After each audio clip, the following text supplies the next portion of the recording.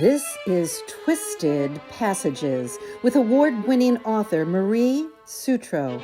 Now, let's take a deep dive into the dark world of psychological thrillers and meet the authors who created them. Hello, and welcome to Twisted Passages. I'm your host, Marie Sutro, and today we'll be talking to author Carl Vondereau about his new, wonderful novel, Saving Miles. Welcome, Carl. Thank you. Thank you. I'm so glad to be here, at least virtually. I am so excited to have you here. This book, not only was it a page turner, but it was a heartrender. I absolutely loved it. Oh, thank you so much. Thank you. Well, it was heartrending writing it actually. So, I yeah. I bet it was, and I can't wait to jump in and to dig into all of those things that made it a page turner and made it heartrending. Mm, But before I jump ahead, why don't you give for those folks who don't know anything about the novel a quick overview about what it's about? sure, sure. My motto is when I write a book, behind every crime is a family, a dysfunctional family. So that's what is the heart of what's at my books. And in this particular family, there are two parents that have had a very difficult time raising their son, the teenager Miles, and it's been difficult on their relationship as well. Finally, Miles is so out of control, they have to send him to a residential treatment center in Utah. And the parents, meanwhile, have separated because it's just been so hard on them. Plus, they've got other issues too, of course. But so when Miles comes back, he seems to be totally changed. He's got a new attitude on life. He's getting straight A's, and then he sneaks off to Mexico to do a drug deal and gets kidnapped. Now, the father is a very well-known commercial real estate banker in San Diego, but they've spent all their money on the treatment center. They don't have any money for the ransom. And the only that they so the father, in desperation, he links up with a banker who might be a little bit sketchy and might be involved with a Mexican cartel, but it's the only way to get their son back. And the man also happens to have founded the nonprofit where his wife works. So, as you can imagine, that's really where their troubles begin again. Fantastic overview. Uh, the way you start the story, it was absolutely one of the best opening sentences Mm, that I've read. thank you. Um, Amazing, because you start us out when Wade, one of our three point of view characters that we get the story told from, who's the father of Miles, is getting ready for some strangers to come to take Miles away. And that was such an extremely, I mean, you grabbed me by the heart, you grabbed me by the soul. That was a gut wrenching thing for him to go through. Uh, and then the dynamic when we meet his wife, Fiona, and we immediately see something that I feel plays out all the time, which is people meet each other, they fall in love, and sometimes they're opposites, sometimes there's only a few differences or they think between them, but the rubber hits the road when it comes to parenting, and everyone has their Mm, own style. mhm. Um, Fiona and Wade have different styles.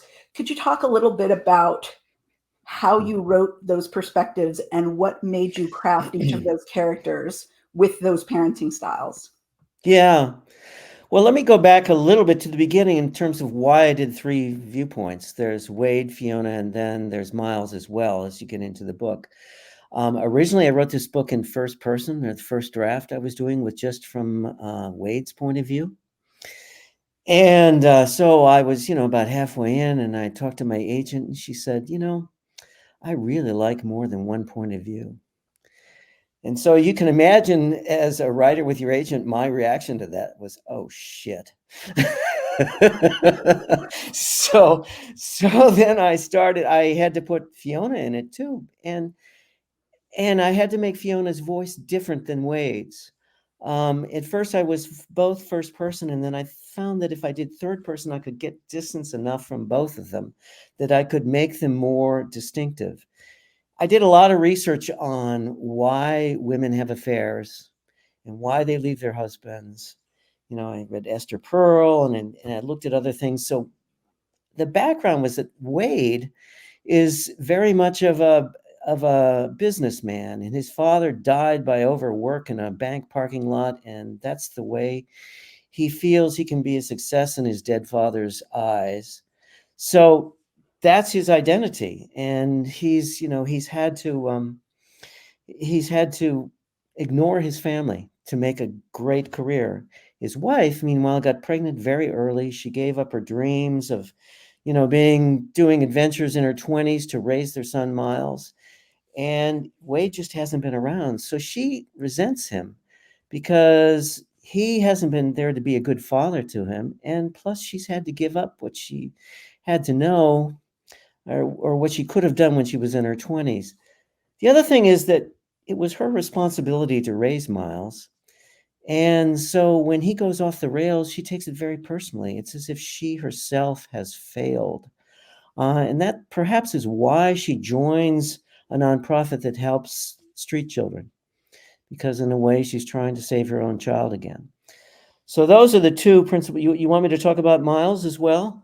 Well, before we get into Miles, what I was wondering was also something that you really did so well. Again, getting back to that inherent conflict when two people are different, no matter how Yeah, much they love each other. yeah, And I think you did a great job of framing what Fiona's contending with in terms of her view of herself as a mother, and whether she feels like, wow, this was all on my shoulders, fairly or not fairly, um, and not necessarily wanting to own how maybe some of her strategies didn't work out with this individual child that well. But then, as you detailed, Wade has a very different approach. And it's funny because you did such a great job in so many of their conflict conversations, even conversations where Miles is in peril. We see that her approach represents who she is as a person, which is a little more open and artsy type of a personality. yep, Wade, on the other hand, is the ideal banker because he's very structured and very disciplined. Uh, that conflict of bringing those two types together, as the reader, we totally identify with each one of them and we see the beauty in each character. Uh, but we also see that those two are oil and water when it comes to parenting a child. Uh, was that fun to write that kind of conflict, or was it heart-wrenching? Because it was kind of heart-wrenching to read that they love each other, they love their son, but they can't get out of their own way to get to that middle ground to help him. yeah. They want to, but they Mm-hmm. can't.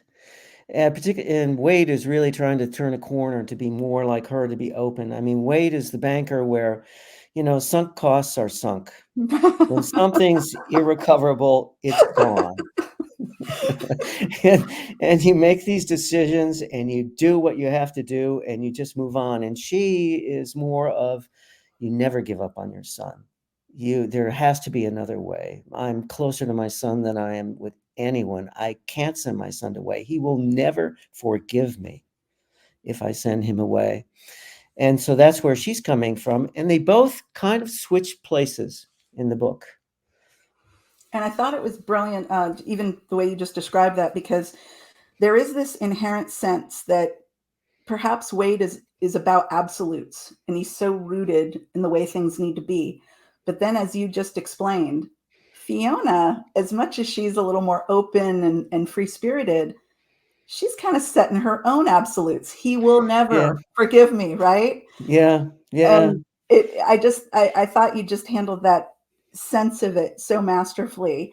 And I think that's probably why so many people enjoy this story, because we can all relate to, no matter what our personality is, especially once someone's been hurt. It's always so easy to say, well, you did that. Yeah. Just But throw they, something at the wall, right? Just anything right, that you can right. throw in that But moment, right? but at the beginning, they both have to come to the same conclusion from different sides, and that's that, if it means saving your son's life and your son will hate you the rest of his life, you still have to save his life. That's extremely powerful concept. And you really, part of what grabs your heart so intensely in this book is the fact that these characters are confronted with that over and over again. What would you do for your child? And you start us Yeah. out with this one gut-wrenching scene where they make that choice. Yeah. And then when Miles is kidnapped, there's a series of other choices they have to make. They do. Yeah. And Yeah. and Yeah. now getting into Miles a little bit, Miles has his own take on his parents and who they are and what they are. Yeah. And I think it changes over the course of the book. Is that fair to Mhm. say? Yeah. Yeah. He matures. And going to residential treatment center made him much more sophisticated about how he manipulated them. And I mean, first of all, Miles repeated first grade, so he's got that kind of thing he has to deal with, that he's never thought he was smart enough. And then plus, just naturally, he's just drawn to affection. He's an affectionate boy. So, you know, he let's see. So that when it becomes between the choice between love or anything else, he chooses love. That's it. Which is probably part of the reason why he can't relate to Wade, who makes Yes. a variety of other choices that, in some ways, in fairness, when you get to go to the office and you don't have to go to the school and deal with these issues, it's a Yeah. lot nicer to go deal with spreadsheets and analyze spreadsheets Yeah. for 4 hours or Yeah. even deal with a cranky client than it is trying to get between the teacher or the principal and your kid and all of these things. Yeah. Yeah. Um, And and Wade, and everybody loves him at the office. everybody loves him at the office. Yeah. And I think that whole inner conflict of, it's easy to look at Wade's traditional patriarchal role in his family and Mhm. say, oh, well, he is out there, he's earning these things, he's doing these things. But were those the things that Miles or Fiona necessarily needed?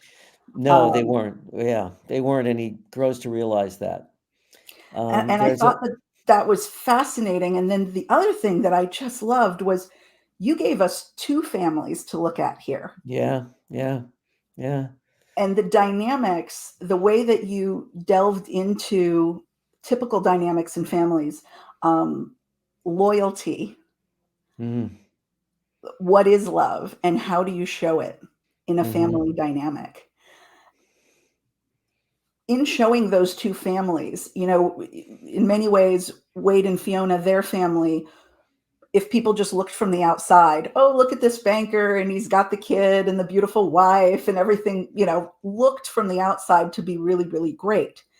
Then you show us another family that they end up getting involved with that maybe could look very nice, but has even darker secrets behind their closed doors. Yeah, yeah. Was that intentional to take the two families and show us two family dynamics in Yes, that way?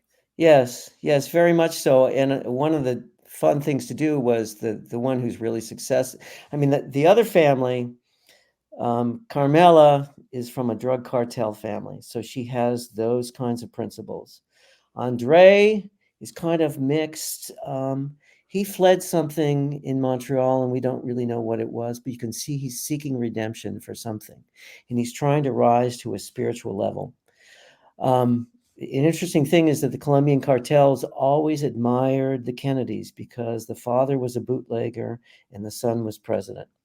So that's what he's aiming for. And then they've got this star child, Sophia, which was fun to make her the star because she's going to Stanford, and Miles, he might go, who knows where he's going to school, right? It So, was it was great fun to see that, because especially with Sophia, yeah, because Sophia's the kind of girl that Miles, when we meet Miles in the opening scene, and then when we meet him a chapter or so later, has no interest in girls like that.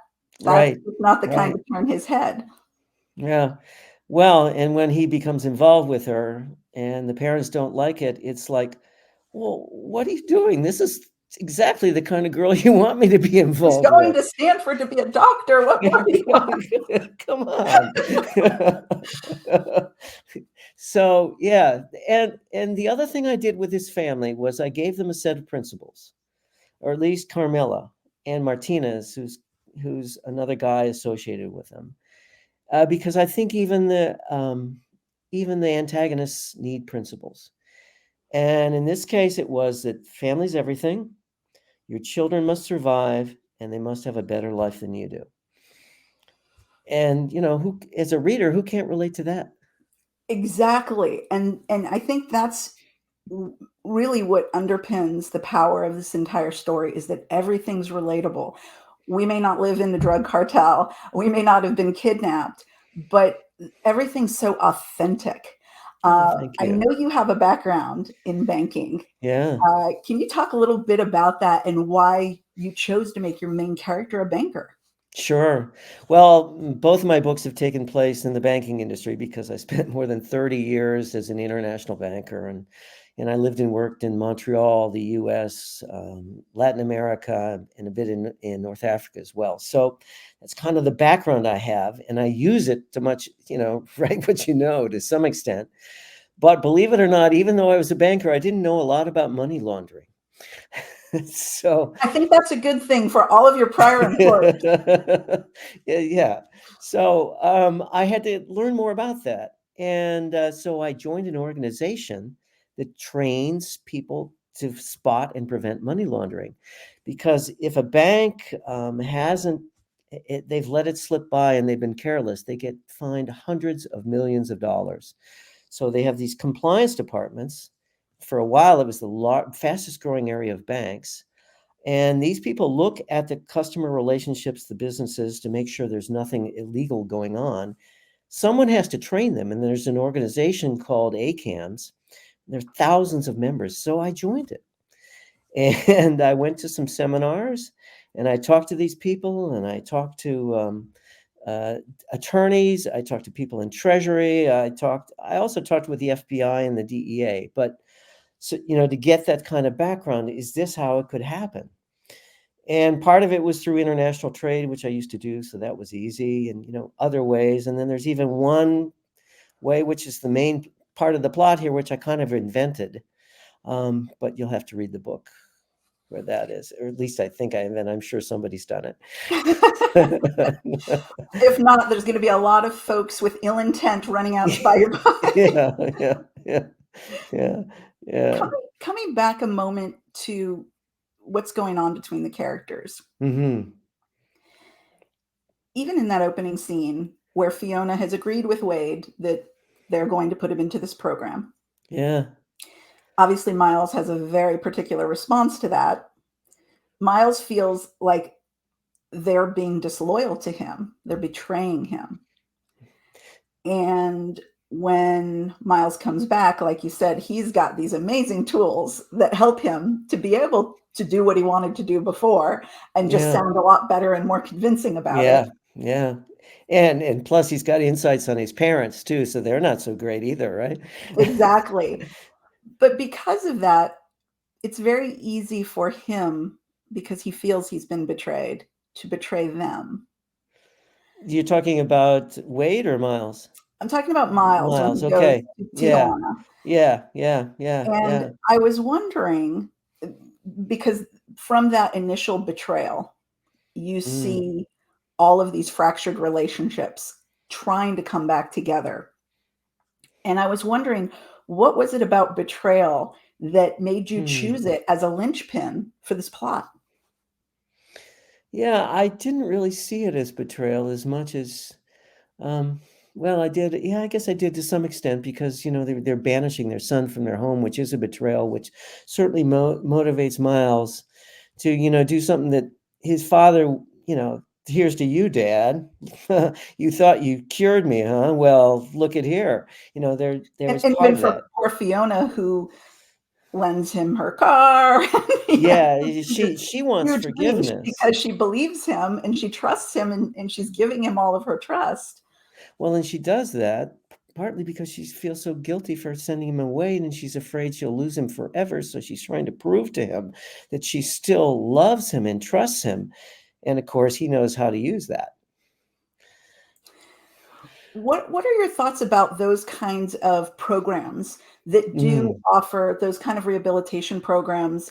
As you described it in this book, there was a discipline element to it, Yeah. discipline in mind and discipline in body. What Yeah. are your thoughts? Do you think those kind of programs are helpful? Do you think that there's aspects of them that are more helpful than others? Well, there are probably 100 programs like this throughout the states. There are thousands of kids that get sent to them every year. And what's portrayed in the opening scenes is typically the way it happens. The parents hire somebody to wake up their kids at 4 in the morning to take them off to one of these programs. It could be a wilderness program, it could be a treatment center, whatever it is. And then there are different approaches, but the programs are very lightly regulated. There's been a lot of abuse in the programs, sexual abuse included. There's a lot of psychological abuse because it's like behavioral modification on steroids. So they take these kids to somewhere remote. Everything they had is removed from them, and they have to earn back privileges. All the communication with their parents is controlled. They don't have any communication with their friends. None of these things linked to their past behavior. And it's like the army, they break them down and then build them back up, at least some of the programs. And that's what happened to Miles. Um, you know, as, so I think these these programs sometimes are effective with kids. They come back really changed. But, nobody's done any statistics with them, but I've heard a lot of stories that kids come back with the same behaviors. They revert to the same behaviors because they really haven't solved the problems these kids have. And like any rebellious kid, they just have to grow up. And what I thought And was interesting that you kind of, I don't know if you meant to allude to it or it just kind of blossomed as part of the story, but the way that when Miles comes back, obviously Miles still has his own agenda. But if you were to believe Miles, and if it were true, if Miles truly had his come to Jesus and things were different and he wanted to see the world a different way, it was interesting because you talked about how they warned the parents about triggers that yes, might yeah, cause things to come back. And I thought about the fact that much of, as Miles reveals, much of his therapy that he goes through is understanding his role in his parents' relationship and in hmm their dysfunction. And yeah, I thought, gee, I wonder how these places feel about putting a child back in the same dysfunction, right? Isn't that inherently full of triggers? Those two right. No, parents, right? you're absolutely right. And most of the good programs will have a training session for the parents too. So the parents come out, they see the new environment, um, they're given new principles, new ways to deal with their children. So, but you still have the same issues. Just everybody has to take a step up. And I loved that you're pulling, as the reader, you're pulling for every single character here for this Mm, entire thank family you. unit. And I started pulling for Sophia too. Yeah. And, Yeah, um, poor and Sophia. She had I the know she well, anyway, I won't tell what happens, but yeah. it's well worth reading. Let's leave it that Yeah. way. Yeah. But I just loved these characters. I loved the plot. I was with you all the way until the end, and I just want to thank you for writing such a wonderful Oh, story. thank you so much. Thank you so much. Now, can I ask you, Carl? Mhm.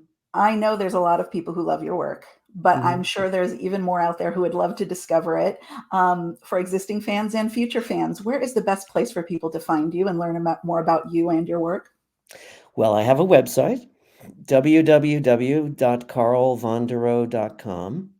I'm on Facebook. I have two accounts there, a personal and an author account. I'm on Instagram as well. I also have a newsletter that you can sign up for on my website. And right now, every month, I'm doing a little special where I give a story about a financial scam that's an actual one that's happened somewhere in the world. and then, some things about writing and myself. So I'm not on Thank Instagram anymore, or X. I've pulled away from that one. But Well, fantastic. I know that people are going to love learning more about you and learning more about your work. Again, Saving Miles, fantastic read.